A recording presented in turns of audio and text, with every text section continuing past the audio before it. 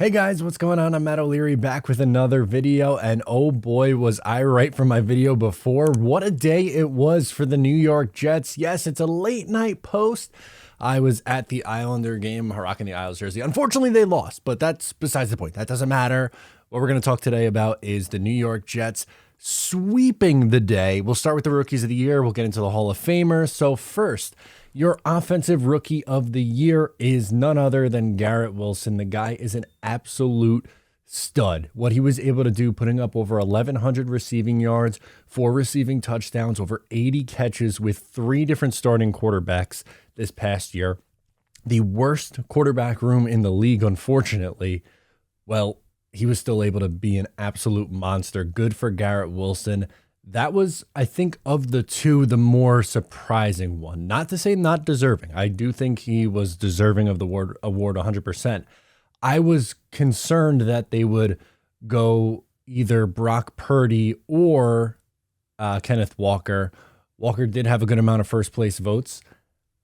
Thankfully, they didn't go with Brock Purdy after 6 games. But, man, Garrett Wilson, again, deserving of the award. As for Sauce Gardner, he takes home the Defensive Rookie of the Year, a Pro Bowler, an All-Pro, and the Defensive Rookie of the Year. Have yourself a start to the career, young man. Oh, my heavens to Betsy. What a night for Sauce. So happy for him. So happy for this New York Jets team. Things you absolutely love to see.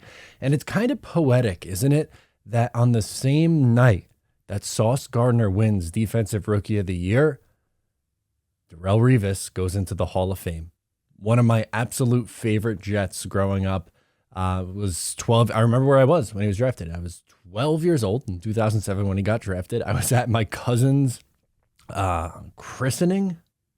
No, first communion. Apologies. First communion. But I was listening. My dad still had an old Walkman, and I was literally listening to the ESPN radio broadcast of it. I was like, the Jets traded up for some cornerback from Pittsburgh, Darrelle Revis. And that some cornerback from Pittsburgh turned out to be arguably one of the best corners, in my opinion, the best corner to ever do it. Hall of Famer, first ballot Hall of Famer. The 2009 season, what he was able to do in 09, 10, 11, that run specifically, just an all-time Jet, Ring of Honor Jet, deservingly so, and now a Pro Football Hall of Famer. And someone else who's been waiting a very, very long time, Joe Klecko, finally gets into the Hall of Fame. Long overdue. I know there are many other people besides me who can speak more on his NFL career. Obviously, the 20-and-a-half season from 1981 jumps out. I unfortunately did not have the luxury of getting to see him play live. He retired 9 years before I was born. But from all the stories that were passed down, all the highlights that I've been able to see, just being able to look up his numbers, guy's an absolute legend. It was a crime that he wasn't in up until this point. Like, that's absolutely ridiculous if you ask me, that Joe Klecko had to wait this long, but man, so happy for him. So well-deserved. Congratulations to Garrett Wilson, Sauce Gardner, Darrelle Revis, and Joe Klecko. What a night to be a New York Jet fan. Let me know your thoughts down below in the comments. Thank you so much for tuning in. I am Matt O'Leary. I'll catch you next time.